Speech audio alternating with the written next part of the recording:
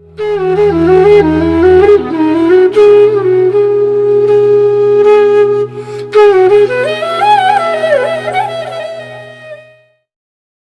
जी का प्रश्न है, इच्छा पूर्ति से सुख क्यों नहीं मिलता है? ऐसा प्रतीत होता है एक व्यक्ति का जीवन इच्छाओं से भरा हुआ है। हर व्यक्ति की अनेकों इच्छाएं होती हैं और अक्सर ये देखा जाता है एक व्यक्ति की कोई इच्छा यदि पूर्ण हो जाती है तो उसका स्थान एक नई इच्छा ले लेती है। और जब इच्छा की पूर्ति होती है तो ऐसा नहीं है सुख नहीं मिलता है, क्षणिक सुख उसमें प्राप्त होता है एक जीव को, परंतु एक अभाव की सी स्थिति सदैव ही बनी रहती है एक व्यक्ति के जीवन में। तो क्योंकि इच्छा की पूर्ति से जो क्षणिक सुख एक व्यक्ति को प्राप्त होता है, उसी सुख को फिर से प्राप्त करने के लिए वो नई इच्छाओं की ओर भागता है या फिर उसी इच्छा की पूर्ति के लिए नए साधन खोजता है। परंतु जो कुछ समय के लिए सुख जैसी अनुभूति उस जीव में होती है, वो वास्तव में अपने साथ एक दुख भी लेकर आती है। जिस प्रकार एक प्रकार का भाव जैसे जब प्रकट होता है चित्त में, तो उसका विपरीत भाव या विपरीत प्रतिक्रिया ही वहां पर प्रकट होती है। तो इच्छा पूर्ति के साथ सुख की प्राप्ति यदि हुई है कुछ समय के लिए, तो दुख भी वहां पर प्रकट होता है और फिर से एक व्यक्ति जो पिछला अनुभव है सुख का, इच्छा पूर्ति होने पर जो सुख मिला है, उसी को दोहराने के लिए फिर से नई इच्छाओं की ओर बढ़ता है या खोजता रहता है। कोई ऐसी नई इच्छाएं उसमें प्रकट होती रहती हैं जिनसे और अधिक उसको सुख प्राप्त हो सके।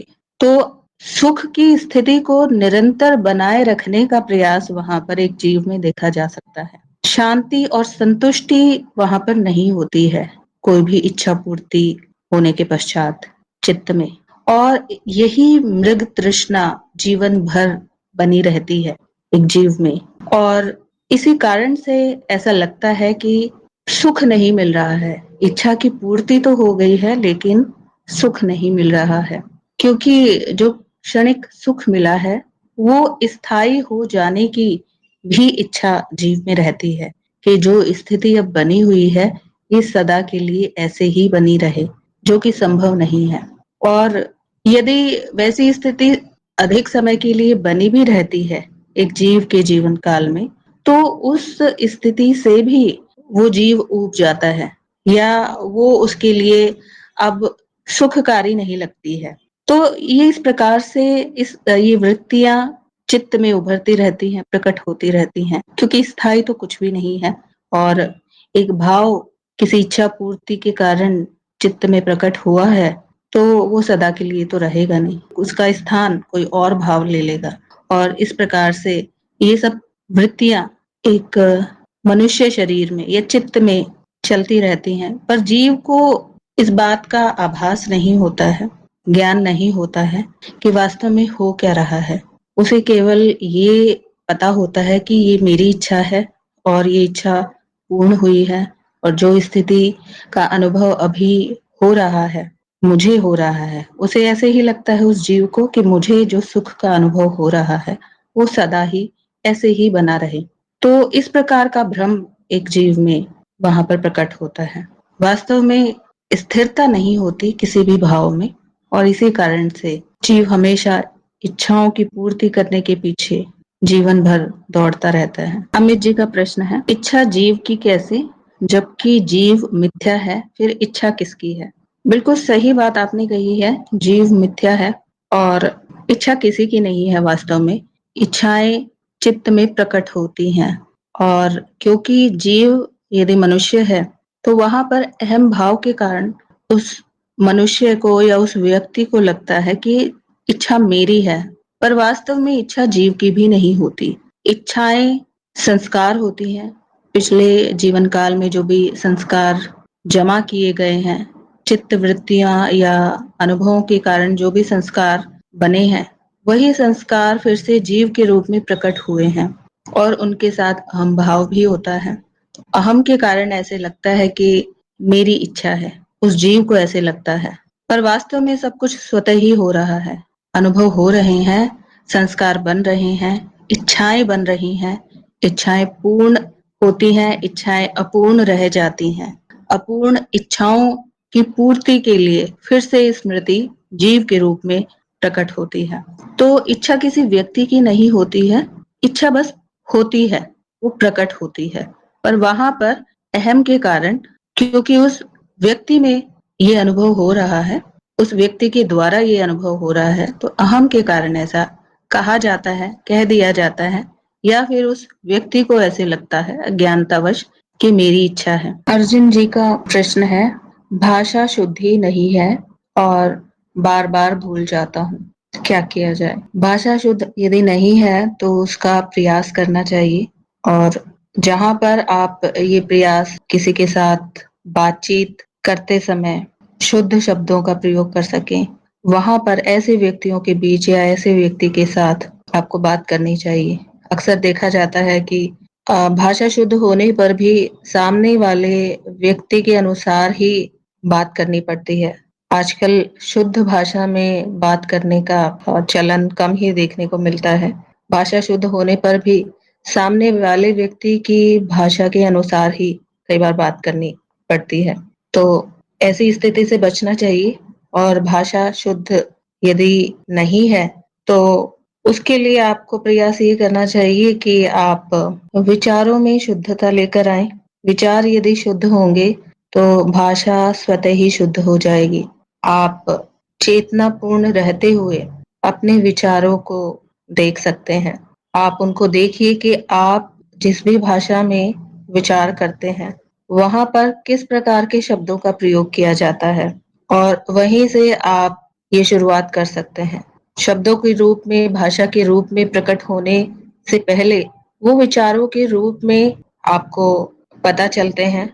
तो चेतनापूर्ण रहकर यदि अपने ही विचारों को आप देखें कि किस प्रकार के शब्दों का प्रयोग आप करते हैं, किस प्रकार के विचार चल रहे हैं, और वहां पर भी यदि आप प्रयास करें, हालांकि प्रयास करने वाला कोई नहीं है, स्वतः ही सब कुछ होता है, परंतु फिर भी ये कहा जाता है, क्योंकि यहाँ पर प्रश्न भी प्रकट हुआ है तो उसका एक उत्तर भी प्रकट होगा, और उसके लिए प्रयास भी प्रकट होगा। ये शुद्धि की प्रक्रिया करने के लिए एक भाव भी प्रकट होगा।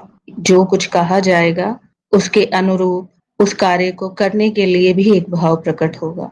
तो आपको चेतनापूर्ण रहते हुए ये देखने की आवश्यकता है किस प्रकार के विचार चल रहे हैं और किस प्रकार की भाषा वहां पर प्रयोग की जा रही है, हो रही है। वहां पर प्रयास करके शुद्धिकरण किया जा सकता है। और आप कुछ अच्छा साहित्य भी पढ़ सकते हैं, किसी भी भाषा का साहित्य हो, वो हिंदी है या अंग्रेजी है, उससे भी सहायता मिल सकती है। और आवश्यकता से अधिक ना बोला जाए, ये बहुत महत्वपूर्ण है। जब अनावश्यक रूप से ही बहुत कुछ बोला जाता है तो उसमें भाषा की अशुद्धि आने की संभावना अधिक रहती है। तो ये प्रयास करना चाहिए कि जितना आवश्यक हो उतना बोला जाए, और जब बोले तो वहां पर चेतना आपकी रहनी चाहिए। भावावेश में या क्रोध यदि होता है या और किसी प्रकार का आवेग होता है, वहां पर तुरंत भाषा के द्वारा उस भाव को व्यक्त करने के बजाय वहां पर शांत हो जाना चाहिए। और बार बार भूलने की जो बात आपने कही है, तो इसके लिए सबकी स्मरण शक्ति अलग अलग होती है। हर जीव में स्मरण शक्ति एक जैसी नहीं होती है, परंतु इसको बढ़ाया जा सकता है। कई तरह के उपाय बताए जाते हैं जिससे आप अपनी स्मरण शक्ति को बढ़ा सकते हैं। अमित जी का प्रश्न है, ज्ञान होने के बाद चित्त में क्या क्या परिवर्तन हो सकते हैं? ज्ञान होने के बाद या ज्ञान का नाश होने के बाद अलग अलग साधकों में अलग अलग प्रकार के चित्त में परिवर्तन देखने को मिलते हैं। चित्त का शुद्धिकरण होता है और उस शुद्धिकरण के परिणाम स्वरूप चित्त में बहुत तरह के परिवर्तन देखने को मिलते हैं, और ये अलग अलग साधकों में अलग हो सकते हैं। निर्भर करता है किस प्रकार से प्रगति हो रही है, शुद्धिकरण कितनी तीव्र गति से हो रहा है। वहाँ चित्त में ज्ञान जो हुआ है उसकी वृत्ति किस गति से वहां पर स्थायी हो रही है, या पिछली अशुद्धियां कितनी अधिक हैं। जैसे ज्ञान होने के बाद यदि आप मेरा अनुभव जानना चाहते हैं तो बहुत तरह के परिवर्तन हुए। संपूर्ण रूप से कह सकती हूँ कि व्यक्तित्व बदल जाता है। एक व्यक्ति जिस प्रकार से दिखता है, जिस प्रकार की चित्त वृत्तियां पहले वहां पर थी उस जीव में, उनसे बहुत भिन्न हो जाता है। जैसे मुझे पढ़ने का बहुत शौक था, मैं बहुत ज्यादा और बहुत तरह की किताबें मैं पढ़ती थी। उनमें से अधिकतर अध्यात्म से संबंधित ही होती थी। बहुत पुस्तकें मैंने पढ़ी हैं और जिज्ञासा बहुत अधिक थी कि कहीं से भी कोई प्रश्न, कोई ऐसी नई बात मुझे पता चल जाए या कुछ नया मैं सीख लूं। ये चित्तवृत्ति बहुत अधिक थी। परंतु ज्ञान होने के बाद किताबों की तरफ देखने का भी मन नहीं करता है। बहुत सारी अध्यात्म से संबंधित पुस्तकें मेरे पास हैं जो मैंने पढ़ी नहीं है, वो मैंने वैसे ही खरीद कर रखी हुई हैं और पढ़नी थी मुझे, लेकिन मैं अब उनको उठाकर भी नहीं देखती हूँ। इच्छा ही नहीं होती है और ना ही अब कुछ जानने की इच्छा होती है।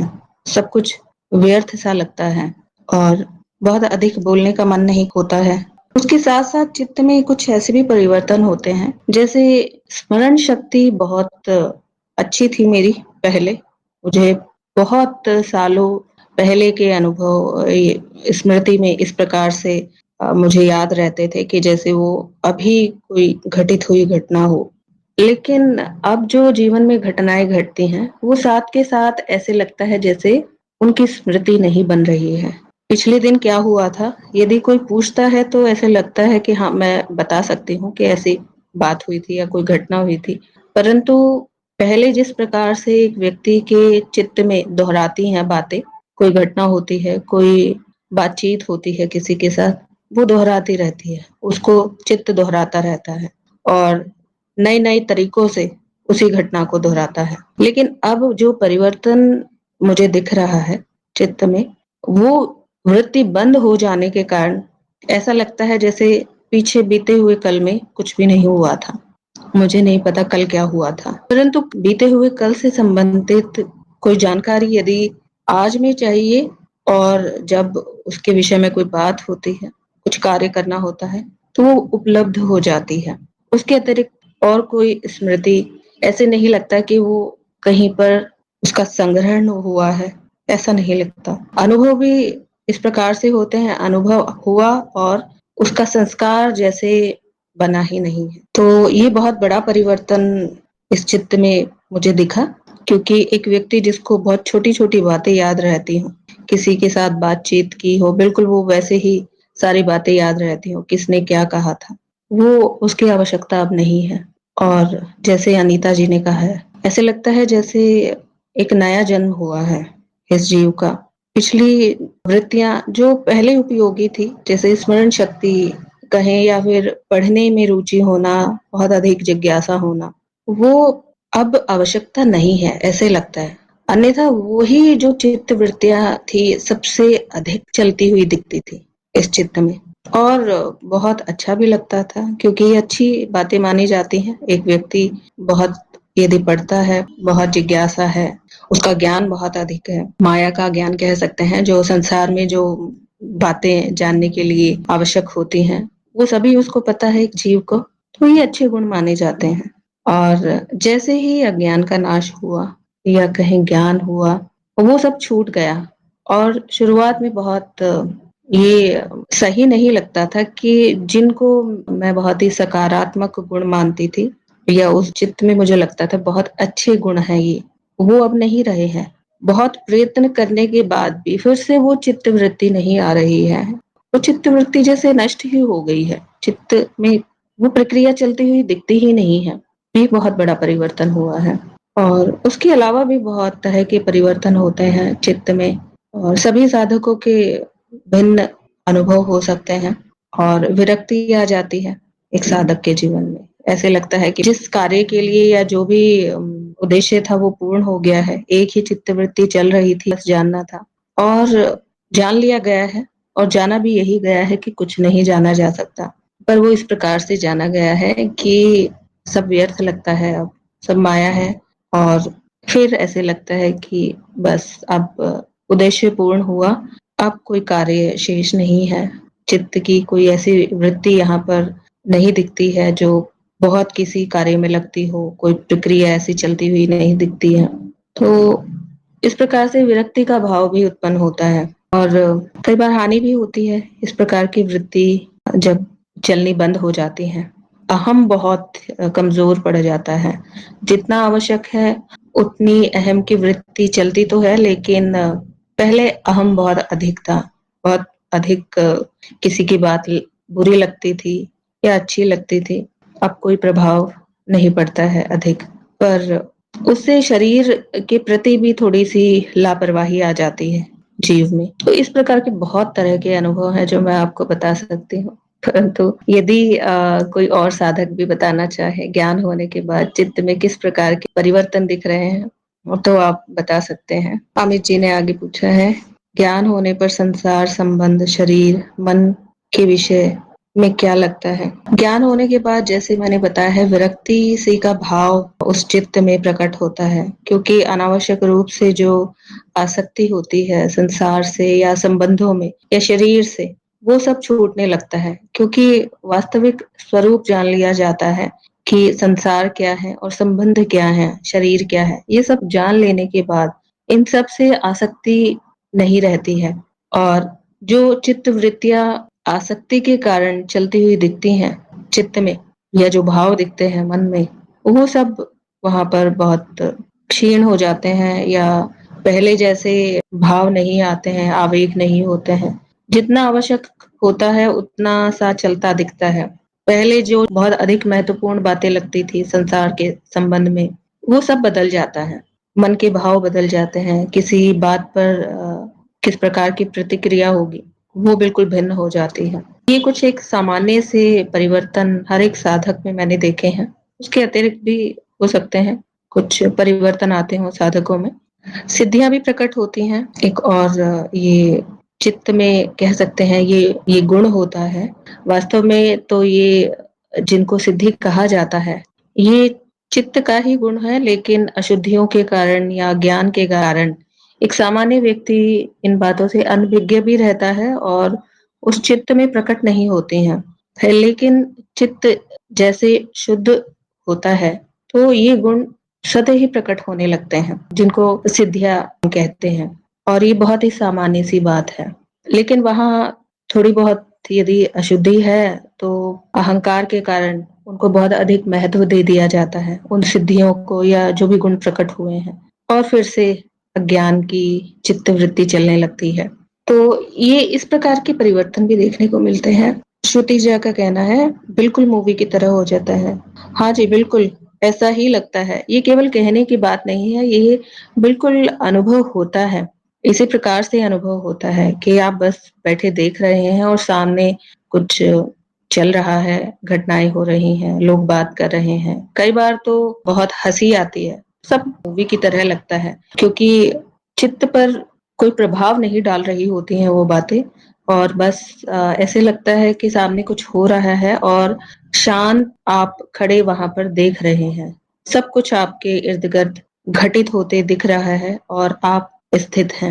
आपके मन में क्या चल रहा है, कई बार ऐसा भी हुआ है कि किसी से बात कर रहे हो, आपके मन में जो बात है वो सामने वाला व्यक्ति बोलना शुरू कर देता है। तो चित्त एक ही है ये भी प्रमाणित होता है, अनेकों बार होता है। दूसरे व्यक्तियों के विषय में पता चलने लगता है, उनके विचार पता चलने लगते हैं। अब सामने वाला व्यक्ति क्या बोलेगा, किस प्रकार का प्रश्न आएगा, वो पता चल जाता है। तो इसको चाहे तो सिद्धि कह ले, या ऐसा कह सकते हैं कि चित्त जो कि एक व्यक्ति के रूप में जो व्यक्तिगत सीमाएं थी वो अब टूटने लगी हैं, और चित्त वहां पर शुद्ध है उस जीव शरीर में। तो दूसरे स्तर के अनुभव भी कर सकता है, अधिक अनुभव उस जीव के द्वारा हो पाना संभव होता है। हाँ जी, प्रणाम गुरुमा। प्रणाम।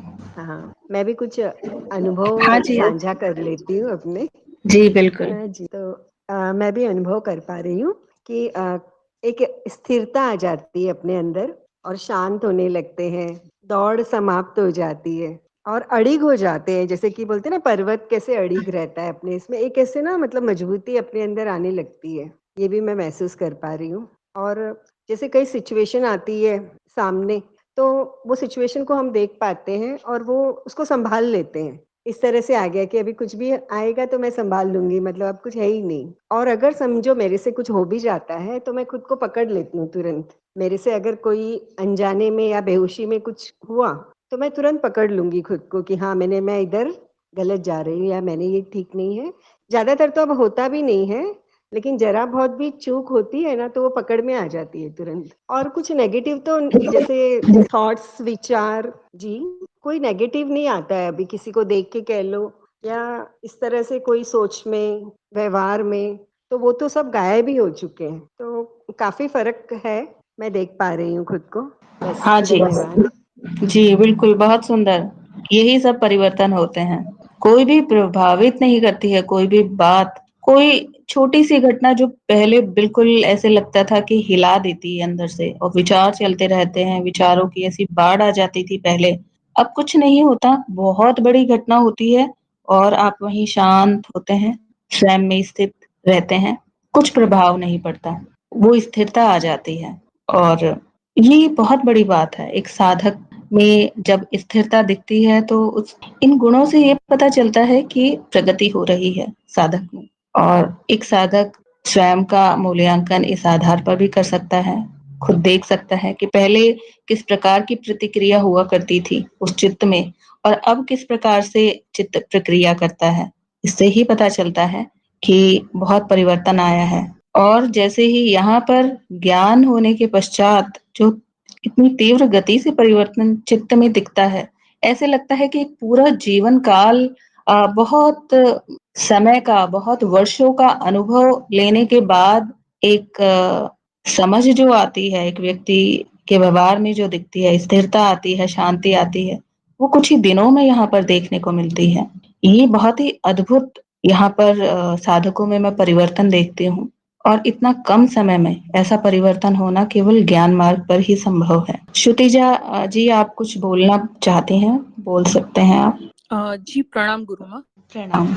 अभी आपने जो अपना अनुभव साझा में जो आपने बताया, स्मृति जैसे नहीं रहती है, याद नहीं रहता है, आवश्यक है उतना आप याद और अनावश्यक जो है वो अपने आप वो चला ही जाता है। वो मेरे साथ भी घटित हो रहा है, पर ज्यादा ही मैं समझ नहीं पा रही। मुझे कुछ भी पिछला याद ही नहीं रहता। जैसे आपने कहा वैसा ही मैं हर एक बात को याद रख, उसने क्या कहा है, बाद में जब मिलेगा तो मैं उसको ये सुना दूंगी, वो सुना दूं। उस तरह की जब वृत्ति चलती थी तब तो सब याद रहे। अभी ऐसा हो गया है कि सुबह क्या किया है भी याद नहीं होता है। ज्यादा ही हो गया है कि बिल्कुल छूट ही रहा है, कुछ भी याद नहीं रहता है, कुछ भी स्मृति में नहीं जाता है। कभी कभी तो आवश्यक लगता है जीवन को चलाने के लिए, बनाए रख। उदाहरण के लिए मैं बताऊं कि बच्चों की स्कूल में कुछ है जो मुझे जाना पड़ेगा एज अ पेरेंट वहां पे, तो ऐसी ऐसी बातें काम की है वो भी याद नहीं रहती, बहुत तेजी से जाती। तो मैं उसको थोड़ा समझ नहीं पा रही ऐसा क्यों हो रहा है। इतना बिल्कुल भी पिछला जैसे जा ही रहा है। दिन तो क्या, सुबह का कुछ किसी ने बोला है कि शाम को यहाँ जाना है, ये करके रखना, वो भी मैं भूल जा रही। हाँ जी, तो हाँ, ये इस प्रकार का अनुभव तो मेरा भी रहा है, पर अब मुझे बहुत अधिक प्रभावित नहीं करती है कोई बात। जितना आवश्यक है वो हो जाता है। कई बार ऐसे होता है कि मुझे लगता है कि ये काम की बात है, कहीं ये ना भूल जाऊं और भूल भी जाती हूँ। लेकिन उसका अभी तक मैंने ऐसा कोई प्रभाव नहीं देखा कि हाँ, उससे कुछ नुकसान हुआ हो, ऐसा नहीं है।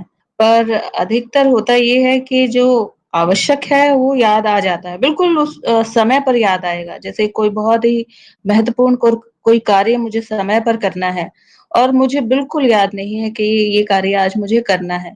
लेकिन उस कार्य के होने से ठीक 10-15 मिनट पहले स्वतः ही एक बोध सा वो जागृत होता है कि हाँ, ये कार्य करना था। और उसके लिए जितना भी अरे आवश्यक समय। आप हाँ बिल्कुल वही का वही हो रहा है। जैसे अगर मुझे सुबह किसी ने बताया है ये करना, मैं पूरा भूल जाती हूँ और पता नहीं जैसे दिमाग में कहीं कोई घड़ी रखी है उस तरह से वो जब होने वाला होता है उसे जस्ट 5 या 10 मिनट पहले याद है और फिर भागना पड़ता है। अब उसका नुकसान बस इतना ही है कि शायद वो काम अगर कुछ बड़ा है वो समय नहीं कर पाऊंगी, पर तब ऐसा विचार आता है क्या है ये बहुत जरूरी था, मैं भूल गई। पर याद तो आता है, आपने सही कहा, बिल्कुल उस समय पर ही आता है जब वो करना होता तो ये आप देखिए चित्त किस प्रकार से कार्य करता है। हमको लगता है कि मुझे ये याद रखना चाहिए था, मैं याद रखती थी, कल कोई कार्य मुझे करना है, आज पूरा दिन दिमाग में चलेगा, कल भी वो चलेगा। और जब तक वो कार्य नहीं हो जाएगा उसकी प्लानिंग चलेगी, सब कुछ चलेगा और फिर मुझे लगेगा कि हाँ अब कार्य हुआ है। लेकिन अब क्या है, मुझे ऐसे लगता है जैसे अब मुझे याद नहीं रहती बातें, लेकिन बिल्कुल सही समय पर वो कार्य याद आ जाएगा और व्यवस्था भी हो जाएगी उस कार्य के लिए जो भी आवश्यक होता है। और साथ में ये एक ज्ञान भी उस बात के साथ प्रकट होता है कि पहले कितना अनावश्यक रूप से उस कार्य के लिए सोचा जाता था, तैयारी की जाती थी, वो अनावश्यक थी, उसकी आवश्यकता ही नहीं थी। मतलब ये कार्य तो तुरंत 10 मिनट पहले अब याद आया है और 10 मिनट में इसकी तैयारी हो गई है, तो उसकी आवश्यकता थी नहीं। वो पहले वैसे ही अहम के कारण चित्त वृत्ति यूं ही चलती रहती थी। तो यही शांति है, अनावश्यक छूट जाता है। तो सही है इससे जब तक कि बहुत अधिक हानि ना हो। मुझे अभी तक इस प्रकार की कोई हानि नहीं हुई। मुझे ऐसा लगने लगा है सब स्वतः ही हो रहा है और ये कार्य होना आवश्यक है, तो सही समय पर इसका बोध आ जाएगा, इस जीव के द्वारा वो कार्य हो जाएगा। इसके लिए जो तैयारी करनी है वो स्वतः हो जाएगी। तो कोई समस्या की बात नहीं लगती। मुझे तो ये अच्छी बात लगती है, मैं आनंद में रहती हूँ। जो सारा झंझट था वो छूट गया है, अहम के कारण अनावश्यक रूप से जो बातें चलती थी वो अब नहीं है। और साथ के साथ संस्कार नहीं बन रहे हैं, याद नहीं रहता। अब एक कोई घटना है जिसके लिए इतना सोचने की आवश्यकता है ही नहीं, उस घटना को आप यदि देखें तो चित्त अलग अलग तरह से सोचता है, अलग रूप में उस घटना को फिर से दोहराता रहता है और वो एक स्मृति बन जाती है, छप जाती है चित्त में। और वही स्मृतियों का जो ढेर है, जीव के नष्ट होने के बाद वही जो ढेर फिर से प्रकट होता है, स्मृतियां संग्रहित होती हैं और वही स्मृतियां फिर से प्रकट होंगी ही। और ये तो अच्छा संकेत है कि अब कुछ याद नहीं रहता, क्योंकि याद रखने की आवश्यकता भी नहीं है। जो याद रखना आवश्यक है वो स्वतः ही स्मृति से प्रकट हो जाएगा। अनावश्यक संस्कार नहीं बन रहे हैं, ये अच्छी बात है इस बारे में। अर्जुन जी ने कहा है स्वतः शब्द बहुत अच्छा लगता है। जी यही शब्द याद रख लीजिए आप। इससे आपकी जो अनावश्यक रूप से चित्त वृत्ति चलती है जीव में, आपकी तो नहीं है, एक चित्त वृत्ति जो जीव में चलती हुई दिखती है अहम की, वो काफी सीमा तक शांत हो जाती है। और स्वतः चलते हुए दिखता भी है, चेतना के प्रकट होने पर सब कुछ स्वतः चलते हुए दिखता है। जैसे अभी हम बात कर रहे थे कि स्मरण नहीं रहता, कई बहुत बड़े काम होते हैं जो पहले ऐसे लगता था उस कार्य की तैयारी के लिए बहुत दिनों तक कुछ व्यवस्था करने की आवश्यकता है। और जैसे कहीं जाना है तो उस जाने के लिए बहुत तरह की तैयारियां करनी होती हैं। तो अब जब तक वो जाने का समय नहीं आ जाता, उससे एक दिन पहले जितना भी समय वास्तविकता में आवश्यक होता है, तभी वो चित्त वृत्ति वहां प्रकट होती है और वो थोड़े से समय में वो सारी तैयारियां हो जाती हैं कहीं जाने से संबंधित। तो वहां पर ये पता चलता है कि पहले कितना अनावश्यक रूप से कितने दिनों तक चित्त में ये सारी बातें चलती रहती थी कि अभी ये करना है, ये लाना है, ऐसे व्यवस्था करनी है। कुछ भी करने की आवश्यकता नहीं है वास्तव में, जो होना है स्वतः ही सही समय पर हो जाता है। उससे पहले जो कुछ अहम करता है, चित्त अहम के कारण चित्त में जो विचार चलते हैं या और जो भी बातें चलती हैं अनावश्यक रूप से, वो बंद हो जाती हैं। वास्तविकता में जो कार्य होना है वो स्वतः सही समय पर हो जाता है, उसके अतिरिक्त सब अनावश्यक है। और यही शांति का भाव होता है, जहां पर जब सब कुछ जो भी अनावश्यक है हटा दिया जाता है, वहां केवल शांति और आनंद ही बचता है। और यही आपका स्वभाव है। वो स्वभाव जो कि चित्त की अशुद्धि के कारण प्रकट नहीं होता है, परंतु जैसे-जैसे अनावश्यक हटता जाता है, अज्ञान हटता जाता है, वो प्रकाश तब स्वतः प्रकट होता है। वो आनंद, वो शांति स्वतः प्रकट होती है। उसका बोध होता है, अनुभव होता है। यही आत्म साक्षात्कार है और यही स्वयं का बोध होना है, स्वयं का ज्ञान होना है। जी गुरु माँ, मैं और एक प्रश्न पूछना चाहती थी। प्रश्न ये था कि जैसे मैं स्मृति में याद नहीं रहता कि कल क्या हुआ था, या तो क्या मैं कोई सवाल आता है कि क्या उस समय मैं चेतना में थी, क्या मैं दृष्टा भाव में थी? तो ये सवाल आता है, कभी इसको फिर थोड़ा समझ नहीं पाती। चेतना और दृष्टा भाव में होना और सीखा रहना, याद रहना, इसके बीच में कोई संबंध है? थोड़ा समझ नहीं पाती। अभी आपने कहा कि ऐसा तो नहीं कि चेतना है तब स्मृति नहीं रहती है, दृष्टा भाव है, हो सकता है इस कारण से स्मृति ना रहती हो, परंतु ऐसा नहीं है। जब चेतना होती है, दृष्टा भाव होता है, तो वहां पर चित्त वृत्तियां चल रही होती हैं, बुद्धि कार्य कर रही होती है और वहां पर स्मृति का संचय होता है। जो भी घटना हो रही है या कोई कार्य कर होना है, वो वहां पर उसकी जानकारी कह सकते हैं संग्रहित होती है। लेकिन वहां क्योंकि अनावश्यक रूप से अहम कार्य नहीं कर रहा होता है, इसलिए उस पर विचार बहुत अधिक चलते नहीं दिखेंगे। ठीक है, बात सुन ली गई है, समझ ली गई है, चेतना वहां पर है, साक्षी भाव वहां पर है, सब कुछ देखा जा रहा है और ये ज्ञान रहेगा कि हाँ, ये कार्य करना है और इस दिन करना है, इतने समय पर करना है। और उस दिन और समय से पहले के बीच का जो काल है, उसमें जो अनावश्यक चलता है, अहम के कारण चित्त में चलता हुआ पहले दिखाई देता था, वो अब नहीं चलता हुआ दिखता है। इसलिए जो पुरानी चित्त की वृत्ति है, वहां पर ये थोड़ा सा चित्त में ही भाव आता है कि पहले वाली चित्त वृत्ति क्यों नहीं चल रही है। पहले तो इस कार्य के लिए इतनी तैयारी मैं करती थी और करनी चाहिए, क्योंकि पहले वो सामान्य जिस प्रकार से चल रही होती थी वृत्ति, वैसे ही अब भी चलनी चाहिए। लेकिन वास्तविकता में उसकी आवश्यकता नहीं है और होने के बाद भी ऐसा नहीं लगता कि हाँ, बहुत बड़ा काम हो गया है। ये पर ज्ञान रहेगा, आपको चित्त में ये ज्ञान रहता है कि पहले किस प्रकार से चित्त में वृत्तियां चलती थी, अब किस प्रकार से वृत्ति चल रही है। लेकिन यदि एक जीव में ये भाव आ रहा है या ये चित्तवृत्ति आ रही है कि पहले जैसा होना चाहिए था, तो पहले की जो चित्तवृत्ति सालों से चल रही थी, पूरी तरह से शांत होने में समय हो सकता है लग जाए।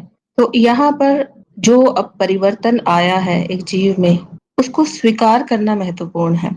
बहुत तरह के बदलाव आएंगे, चित्त में आपको दिखेंगे, लेकिन कार्य होंगे, जो आवश्यक कार्य हैं वो स्वतः होंगे और वो पहले से ही स्वतः ही हो रहे थे। तो अब जो हो रहा है उसको वैसे ही स्वीकार करने का भाव आना चाहिए।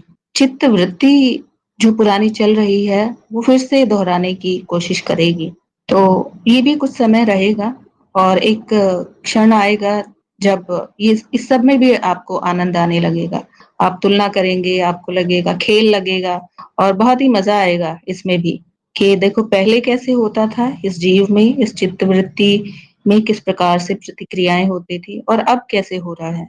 तो इस खेल का, इस मूवी का आनंद लेना है एक दर्शक की तरह, साक्षी बनकर। आज का सत्संग हम यहीं समाप्त करेंगे।